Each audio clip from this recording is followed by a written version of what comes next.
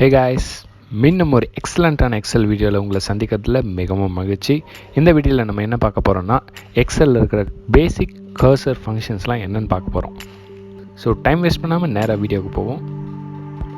எக்ஸலில் பார்த்தீங்கன்னா யூஸ்வலாக கர்சர் வந்துட்டு கொஞ்சம் டிஃப்ரெண்ட்டாக இருக்கும். ஒரு பெரிய ப்ளஸ் சைன் மாதிரி இருக்கும்.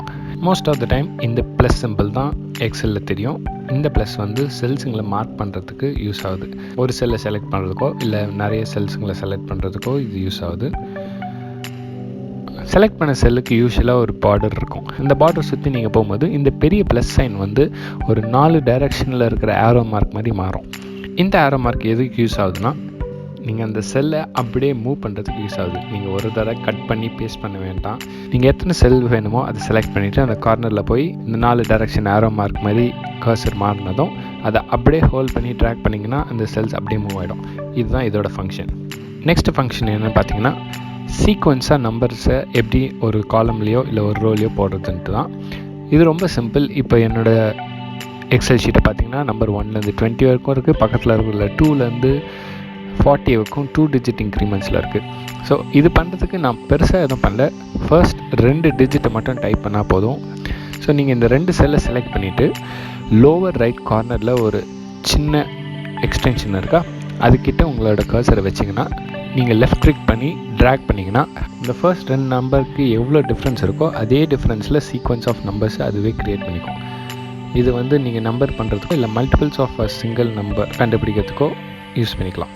அடுத்ததாக நம்ம பார்க்க போகிறது வந்து நிறைய பேர் யூஸ் பண்ணாத ஒரு ஃபங்க்ஷன் அண்ட் வெரி இம்பார்ட்டண்ட்டான ஒரு ஃபங்க்ஷன்.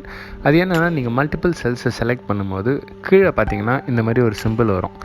அந்த சிம்பிள் கிளிக் பண்ணிங்கன்னா குயிக் அனாலிசிஸ்ன்னு காட்டும். இந்த குயிக் அனாலிசிஸ் டூல் வந்து நிறைய விஷயத்தில் உங்களோட ஒர்க்கை ஈஸியாக்கிறதுக்கு ஹெல்ப் பண்ணும். இந்த டூலை கிளிக் பண்ணிங்கன்னா இந்த மாதிரி நிறைய ஆப்ஷன்ஸ் வரும். ஸோ இந்த ஆப்ஷன் வச்சு நீங்கள் இதை ஃபார்மேட் பண்ணுறதாவோ இல்லை இதுலேருந்து அப்படியே நீங்கள் சார்ட் க்ரியேட் பண்ணுறதாவோ, கிளஸ்டர் லைன் எந்த மாதிரி சார்ட்ஸோ இல்லை இந்த வேல்யூஸோட டோட்டல் கண்டுபிடிக்கிறதுக்கோ இல்லை இதுலேருந்து டேபிள் கண்டுபிடிக்கிறதுக்கோ நீங்கள் இதை யூஸ் பண்ணிக்கலாம். இப்போ நீங்கள் இந்த காலமோட டோட்டல் எவ்வளோன்னு கண்டுபிடிக்கிறதுக்கு எதை நீங்கள் ஃபார்முலா போடலாம். அதை விட சிம்பிளானவே இந்த குயிக் அனாலிசிஸ் டூலில் இருக்குது. சிம்பிளி எல்லா செல்ஸையும் செலக்ட் பண்ணி குயிக் அனாலிசிஸ் டூலில் போய் டோட்டலில் போனீங்கன்னா நிறைய ஆப்ஷன்ஸ் இருக்கும். சம், ஆவரேஜ் எது வேணுமோ நீங்கள் செலக்ட் பண்ணிக்கலாம். அதே ஃபார்முலாவை நீங்கள் பக்கத்து செல்ஸுக்கும் காப்பி பண்ணிக்கலாம். இப்போ நீங்கள் ஒரு செல்லில் டைப் பண்ணிங்கும் போது பார்த்தீங்கன்னா, நீங்கள் டைப் பண்ணுற சென்டென்ஸ் அந்த செல்லோட பெருசாக இருந்துச்சுன்னா இந்த மாதிரி ஓவர்லேப் ஆகிறத நீங்கள் பார்ப்பீங்க. இப்போ பார்த்தீங்கன்னா இ காலமில் நான் டைப் பண்ணியிருக்கேன். அது எஃப்ஜி காலம் வரைக்கும் ஓவர்லேப் ஆகுது. ஆனால் இப்போ நான் எஃப் காலமில் எதுனா டைப் பண்ணால் இ காலம் வந்து அந்த செல்லோட சைஸ் எவ்வளவோ அதுக்குள்ளே இருக்கிற லெட்டர்ஸ் மட்டும் தான் காட்டும். ஸோ நீங்கள் ஃபுல்லாக பார்க்கணும் அப்படின்னா இந்த 2 காலமுக்கும் நடுவில் இருக்கிற அந்த லைன் கிட்ட போனீங்கன்னா இந்த மாதிரி ஒரு சிம்பிள் காட்டும். டபுள் டைரெக்ஷனில் இருக்கிற ஆரோஸ்.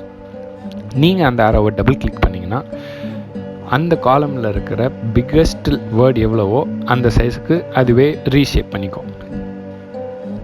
இதேமாரி நீங்கள் ரோஸ்க்கும் பண்ணலாம். இப்போ நீங்கள் பார்த்தது தான் few of the basic cursor functions. இந்த மாதிரி இன்னும் நிறைய வீடியோஸ் பார்க்கணுன்னா என்னோடய சேனலுக்கு லைக் பண்ணுங்கள், சப்ஸ்கிரைப் பண்ணுங்கள். ஓகே, பாய்.